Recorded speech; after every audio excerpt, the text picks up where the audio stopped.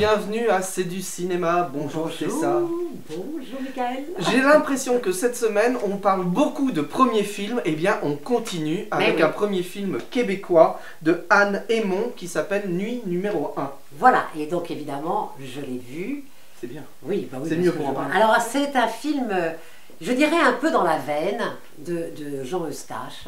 Ou de Romer. Oui, ah oui, carrément. Oui aussi. Ah oui, parce que là, c'est des très grands Oui, réalisateurs. mais alors voilà, ça n'est, pour moi, c'est un peu, c'est à ce niveau-là, et c'est aussi dans ce genre intime, de ces gens qui se dévoilent au cours d'une nuit, puisque l'histoire, c'est ça, c'est deux personnes qui se rencontrent à une soirée, un homme et une femme, qui sont joués donc par Catherine Deléan et Dimitri Storoj. Vont se rencontrer dans une soirée, dans une boîte de nuit d'ailleurs, vont immédiatement avoir une sorte de coup de cœur physique, purement physique, ça on comprend très vite aussi. Et d'ailleurs la scène commence, on les voit arriver dans l'appartement du garçon, en train de faire l'amour comme des fous, debout, partout, par terre, etc. Et se disant vite leur nom en 2 secondes, puisqu'ils ne les connaissent pas. Même, ah oui, ils sont juste dragués, hop hop hop, on ne sait plus, on s'est vu, et on a couru. Voilà, je ne vais pas en dire plus. Bref, ça commence comme ça, bon, voilà. Et puis, subitement, scène d'après, après cette scène intense et fiévreuse d'amour, physique, etc., et très très crue d'ailleurs, on la retrouve elle en train de se prendre un bain et de se rhabiller et de s'en aller discrètement dans la nuit, et subitement, enfin à l'aube d'ailleurs, lui se réveille et la rappelle et la rattrape et commence toute une nuit de conversation entre eux. Voilà, et c'est pour ça que je dis qu'ils ne sont que 2 comédiens, ils ne sont vraiment que tous les deux, et tout va se passer dans cet appartement, avec des moments dehors, d'une conversation entre eux sur la désespérance de vivre. Ça me fait penser à un film de Michel Deville qui s'appelait Nuit d'été en ville avec Jean-Yves Anglade et il y a aussi ça. Marie. Il y a aussi ça, c'est vrai, j'avais pas pensé. Que tout se passait dans une nuit, ils faisaient beaucoup l'amour. Alors là, ils ne font pas beaucoup l'amour puisqu'ils sont contents surtout de parler et où petit à petit vont commencer à parler de leurs failles, de leur impossibilité de vivre, puisque c'est de ça dont parle le film principalement. C'est de ces 2 jeunes qui sont autour des 30 ans, oui, c'est ce que j'allais dire. Jeunes. Elle qui est très très jolie, lui qui est assez beau aussi, qui n'arrive pas à vivre.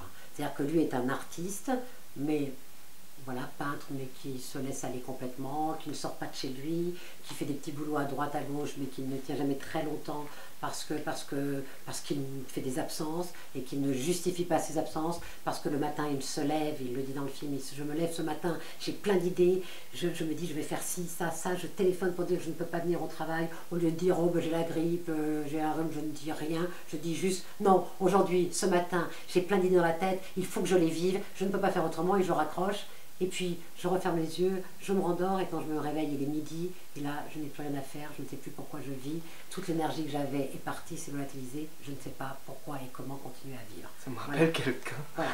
Et elle, qui a un travail, elle est maîtresse d'école pour des gamins de 7-8 ans, je ne sais pas exactement parce que ça ne correspond pas tout à fait, qui est donc quelqu'un, n'arrive pas à vivre non plus, c'est une apparence qu'elle a, puisque par ailleurs, son seul but, c'est de coucher à droite à gauche avec tous les hommes qu'elle rencontre, à 2, à 3, à 4, elle s'en moque, elle n'est qu'une enveloppe vide, dit-elle, avec l'impossibilité de la remplir, et elle se drogue, elle boit, etc. Et subitement, c'est ces 2 solitudes qui se rencontrent et qui vont se déchirer, se parler.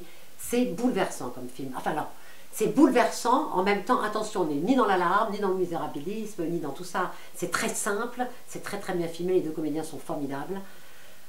On est juste comme ça, voilà, ça nous raconte cette nuit en pointillé, ça fait partie de ces fameuses rencontres, vous savez qu'on a tous connues, où subitement on rencontre quelqu'un qu'on ne connaît pas et à qui on va livrer des choses qu'on ne livrerait même pas à nos meilleurs amis, ni à notre famille, surtout pas d'ailleurs, surtout pas notre famille, on rencontrerait ce genre de choses. Voilà ce qu'est ce film que je vous conseille vraiment.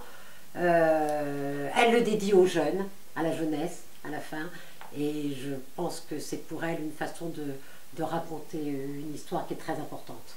Voilà. Bon bah, donc encore un film que Tessa nous court d'aller voir. Oui, je donne... combien je donne de G? Voilà. Alors c'est compliqué parce que j'ai mis du temps à rentrer dedans, je vais être très honnête.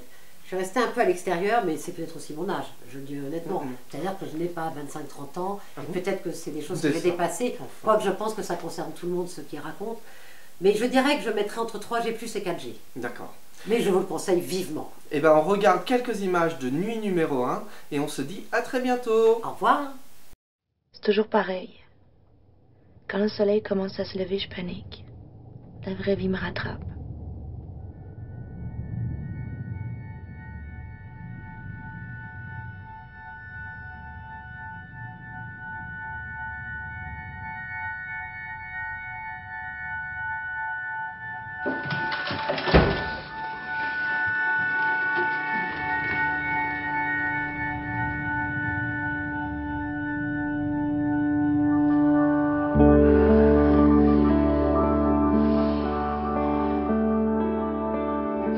assez rapidement sur la piste de danse. J'ai hésité à aller vers toi.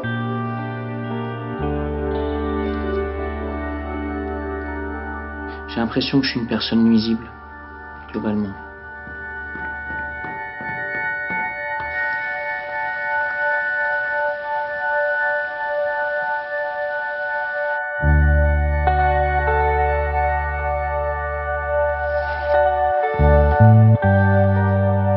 Être seule, c'est insupportable, mais il n'y a personne avec qui j'ai envie d'être non plus.